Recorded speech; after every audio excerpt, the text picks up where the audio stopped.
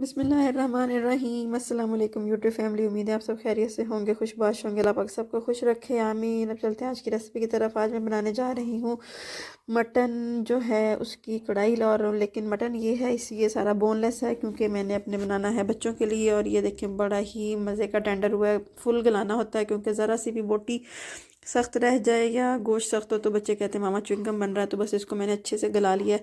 करना कराना कुछ नहीं है। मैंने लहसुन, अदरक, प्याज, टमाटर, हरी मिर्च सब कुछ और मसाले जो हैं सारा कुछ डाल के मैंने लगा दी है उसको वेट। और जैसे ही मैंने देखा है, अगर मैंने पहले नॉर्मली 5 से 7 मिनट वेट लगाती हूँ तो आज मैंने लगाई है 10 से 12 मिनट वेट, क्योंकि मैंने बच्चों के लिए। और ये मैंने डाल दिया है इसमें ऑलिव ऑयल, ठीक है, वो मैंने बहुत थोड़ा सा डाला। और ये डाल दिया गरम मसाला। और बस अब इसको तेज़ आंच पे जल्दी से कलरियाँ भुनाई। जैसे ही ऑयल छोड़ेगा हमारी है सालन रेडी। और ये थोड़ा साइड पे हम डाल देंगे हरी मिर्च और अदरक जो है जूलियन कट में 2-4। और बस मज़े की जो है वो हो गई है सालन तैयार। इसमें हड्डी शड्डी नहीं होगी, मसाला मसाला होगा।